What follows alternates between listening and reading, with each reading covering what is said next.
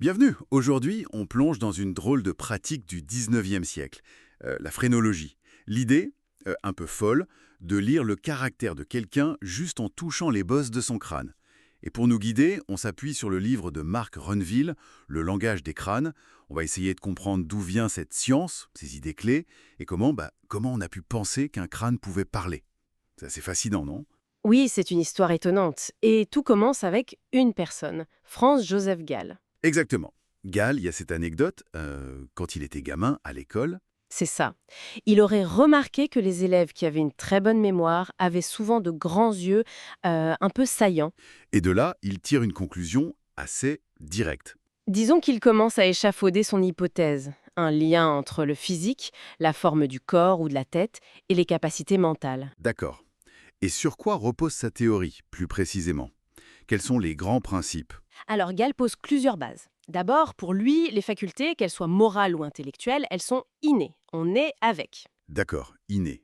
Ensuite, le cerveau est l'organe qui gère tout ça, toutes ces facultés, mais, et c'est là le point clé, ce cerveau n'est pas une masse uniforme. Ah, comment ça? Il le voit comme un assemblage d'organes distincts. Chaque petit organe correspond à une faculté précise. La mémoire, le sens de la musique, l'amour des enfants, ou même des trucs comme l'instinct carnassier. Carrément, une carte du cerveau en quelque sorte. Tout à fait, et il ajoute que plus un de ces organes est développé, plus la faculté correspondante est forte. Logique selon lui. Et le lien avec le crâne alors? Et le plus audacieux, peut-être. Il postule que la forme extérieure du crâne, l'os, épouse parfaitement la forme du cerveau qui est dessous. Ah, d'accord, ok. C'est ça qui permettrait de lire les bosses? Exactement. Si le crâne épouse le cerveau, alors en palpant le crâne, on peut savoir quels organes cérébraux sont plus ou moins développés. Malin. Mais comment il faisait pour prouver ça? Pour établir sa fameuse carte? Beaucoup d'observations. Et de collectionnites. Il examinait des gens avec des talents ou des penchants très marqués. Des artistes, des criminels, des génies et des personnes internées. Et il récoltait des preuves? Oui, il amassait des crânes. Il faisait aussi faire des moulages en plâtre de tête, souvent après la mort, après avoir rasé la tête. Il allait dans les hôpitaux, les prisons, les écoles. Ah, c'est morbide quand même. Un peu, oui. Il comparait même les crânes humains avec ceux d'animaux pour identifier les facultés dites primitives. Ça a pas mal choqué à l'époque. J'imagine. Mais il fallait faire la différence avec une autre méthode qui existait aussi, non? Qui regardait le visage. Ah oui, très important. Gall se démarquait très clairement de la physiognomonie popularisée par Lavater. Lavater, lui, il cherchait le caractère dans les traits du visage. Le nez, la bouche, les yeux. Égal, pas du tout. Non, Gall était formel. Le visage, ça ne dit rien du caractère profond ou des aptitudes. Seul le crâne, parce qu'il reflète le cerveau, donne ces informations. D'accord. Et cette théorie a eu des applications assez sensibles. En criminologie, par exemple, l'idée d'une bosse du crime, C'est ça. C'est un des aspects les plus connus et controversés.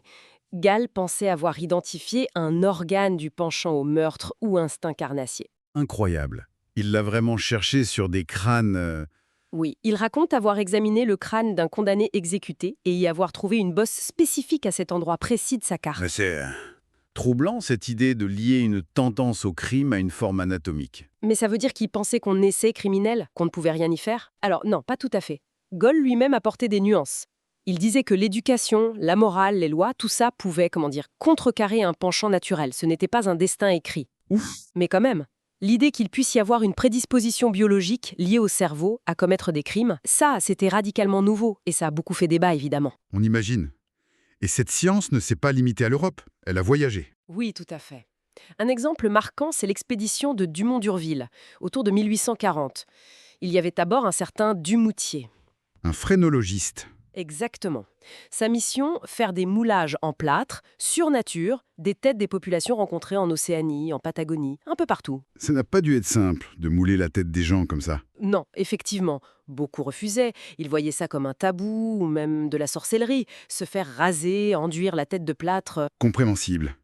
Ce qui est intéressant, c'est comment les résultats ont été interprétés. Dumoutier, lui, restait assez fidèle à l'idée de Gall, d'une base commune à l'humanité, d'un cerveau fondamentalement similaire partout. Plutôt positif, non? Oui, mais d'autres membres de l'expédition, comme le naturaliste Hombron, ont utilisé ces mêmes moulages pour construire des théories raciales très hiérarchisées. Ils jugeaient certains peuples inférieurs, incivilisables, en se basant sur la forme de leur crâne, vue par le prisme phrénologique. Ah oui, on voit la dérive possible. Et globalement, comment cette phrénologie a été accueillie? C'était populaire? Critiqué? Les deux, en fait. C'est ça qui était tournant. D'un côté, un succès populaire immense, des cours payants qui attiraient les foules, des livres, des manuels, des sociétés de phrénologie, La chronomanie? c'est ça. Mais de l'autre côté, de grosses critiques du monde scientifique. Des anatomistes comme Cuvier disaient que le lien direct crâne-cerveau n'était pas si simple. Florence faisait des expériences sur des cerveaux d'animaux qui contredisaient les localisations de Galles. Et même au niveau politique? Oui, Napoléon, par exemple, aurait traité Gall de charlatan, on s'en moquait beaucoup au théâtre aussi. Ça devait être difficile de savoir qui croire. Il y a eu des cas célèbres qui ont enflammé les débats. Oh que oui. Le masque mortuaire de Napoléon, justement. Pour les antiphrénologistes, sa tête était trop petite, pas assez bosselée pour un génie. Pour les phrénologistes, ils réinterprétaient les formes pour que ça colle. Pas très objectif tout ça. Clairement pas. Autre exemple, le crâne de Lacenaire, un assassin célèbre. Selon qui le mesurait et comment, les conclusions changeaient du tout au tout. Ça montre bien la subjectivité de la méthode. Au final, qu'est-ce qu'on retient de tout ça? Une tentative un peu ratée de comprendre l'esprit par la biologie? C'est un bon résumé. Une tentative majeure, ambitieuse, mais qui reposait sur des bases fragiles. Des corrélations non prouvées, une méthode difficile à vérifier, une anatomie un peu simpliste. Mais complètement inutile alors? Pas tout à fait. Malgré tout, l'idée de Gall, l'intuition qu'il y avait derrière, que les fonctions mentales pouvaient être localisées dans des zones précises du cerveau, Ça, c'était pas si bête. non, c'était même plutôt visionnaire. C'est une idée qui a continué son chemin bien après la phrénologie.